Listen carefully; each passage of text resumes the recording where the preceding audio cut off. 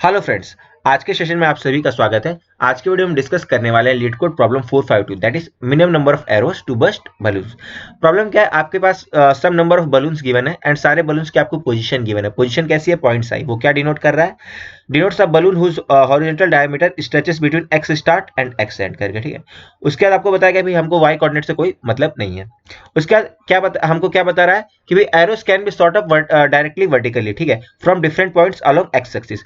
और बताया गया a balloon with x start at x end is burst by an arrow if it is shot at x such that x greater than equal to start and x less than equal to end। Means जो आपको range given है किसका? Balloon का, x start से x and का था। इसके बीच में अगर आप किसी पोजीशन पे अगर आपने एरो चलाया तो क्या होगा?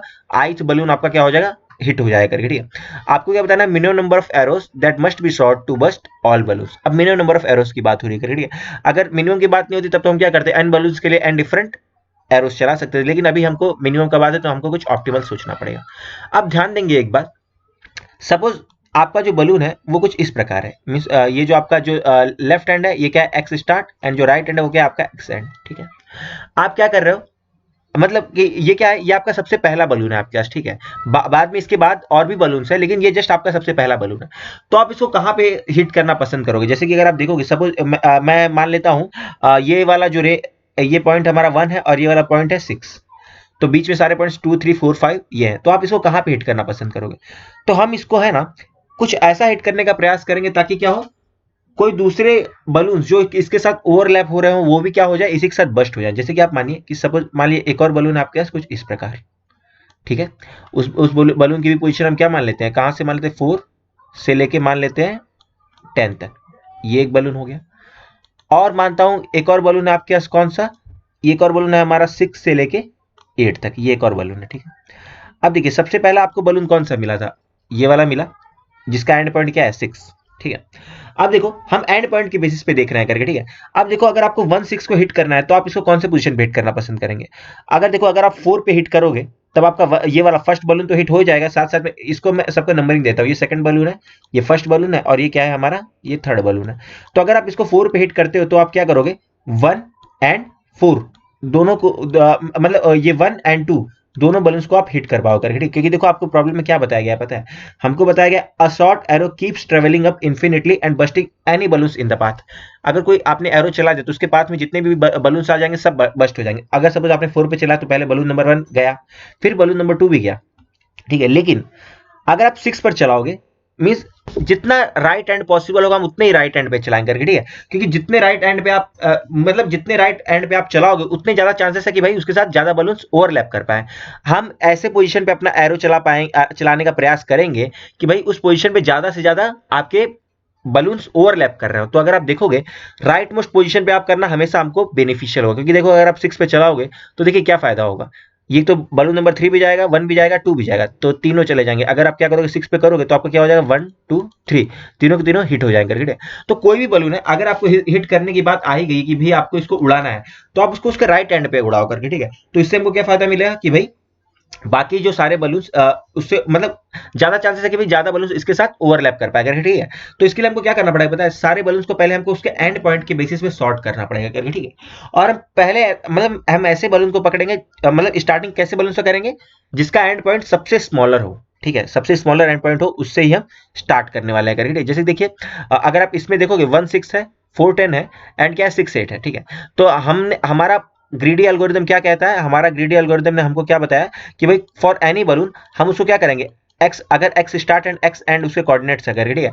तो हम क्या करेंगे? एक्स एंड पे हम उसको हिट करेंगे करके, ठीक है। तो एक्स एंड पे हम उसको हिट करने का प्रयास करेंगे। ऐसा क्यों?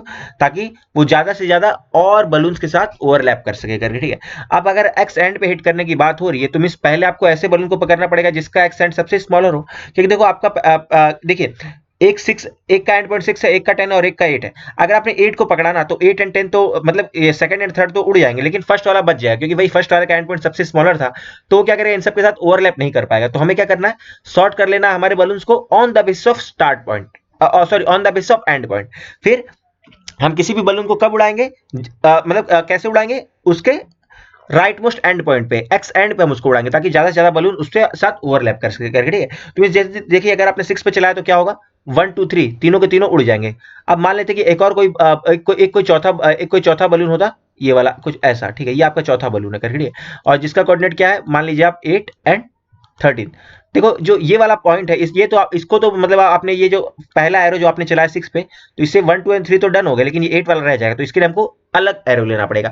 और वापस से इसको आप उड़ाओगे तो कैसे उड़ाओगे, इसको भी आप इसके एंड पॉइंट पे उड़ाओ करके, ठीक है, क्योंकि इससे 8 मतलब ये जो आपका फोर्थ बलून है ये तो हिट हो ही जाएगा, लेकिन ज्यादा चांसेस रहेगा कि इसके साथ और भी जो बलून ओवरलैप हो वो भी हिट हो जाएगा, ठीक है। तो किसी को भी हमको क्या करना है, अगर आपको उड़ाना पड़ रहा है तो आप क्या करोगे, एक्स एंड पे चलाओगे, एंड आप चेक करोगे कि इसके साथ जितने भी ओवरलैप कर रहे होंगे बलून्स वो भी क्या हो जाएंगे, हिट हो जाएंगे करके, ठीक है। तो चलते हैं प्रॉब्लम की अप्रोच को देखेंगे, अब मतलब अब अपने एल्गोरिथम को देखेंगे करके, ठीक है। जैसे देखिए सर्टेन नंबर ऑफ बलून्स है, तो पहला काम हमको क्या क्या चेक करना है, अपने को सॉर्ट कर लेना है अपने बलून्स को on the basis of end point, sort करेंगे on the basis of end point, और कैसा, इंक्रीजिंग ऑर्डर में करके, ठीक है, इंक्रीजिंग ऑर्डर में, जिसका सबसे स्मॉलेस्ट एंड पॉइंट होगा वो सबसे पहले आएगा।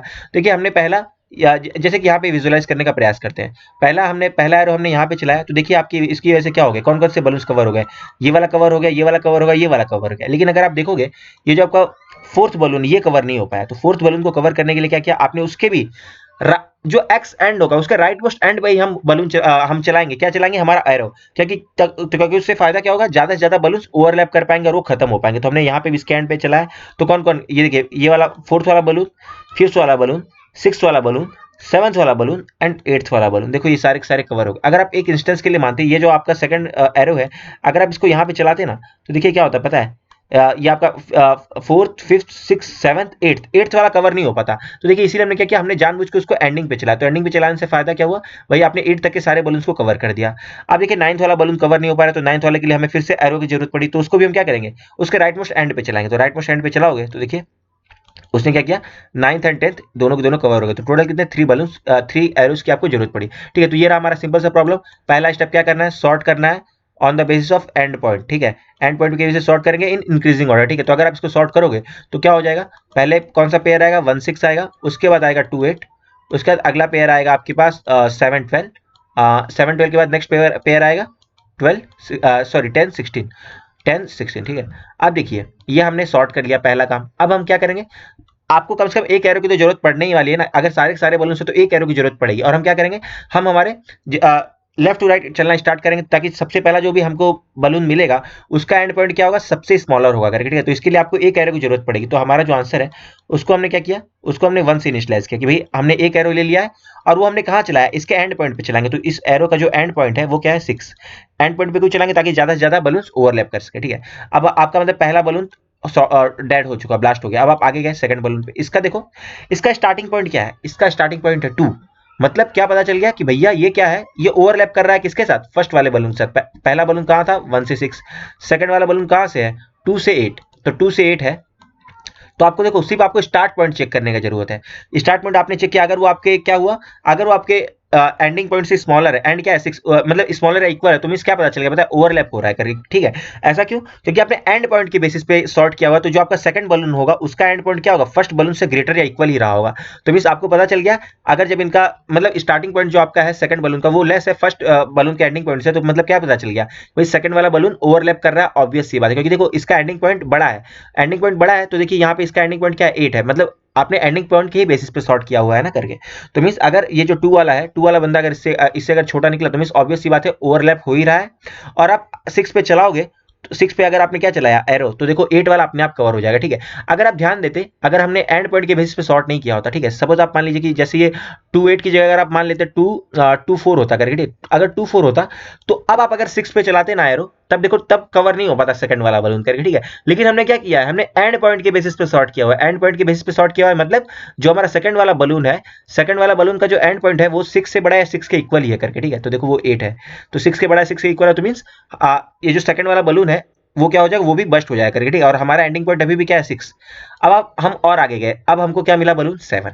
अब 7 मिल गया, और 7 का क्या है, स्टार्टिंग पॉइंट क्या है, बाहर है हमारे एंड पॉइंट से, प्रेजेंट एंड पॉइंट क्या था, 6 पे आपने बलून चलाया, एरो चलाया है, तो देखिए आपको 7 मिल गया, तो मतलब क्या पता चल गया ना कि भैया अब ओवरलैप नहीं होने वाला। 7 मिल गया मतलब कि आपका जो बलून है वो क्या अब कैसा कुछ पैटर्न फॉलो कर रहा है, ये देखिए 7 7 से कैसा हो गया ये 12 तक, ठीक है। तो मीन्स ये वाला आपने जो 6 पे चलाया उससे ये वाली चीज तो कवर नहीं होने वाली करके, ठीक है। तो मीन्स अब आपको इसके लिए तो आपको एक अलग एरो की जरूरत पड़ने ही वाली है, ठीक है। तो हम अलग एरो की जरूरत पड़ने वाली है, और ध्यान देंगे जब 7 वाला कवर नहीं हो पाया तो इसके बाद आने वाले पॉइंट्स वो भी कवर नहीं हो पाएंगे करके, ठीक है।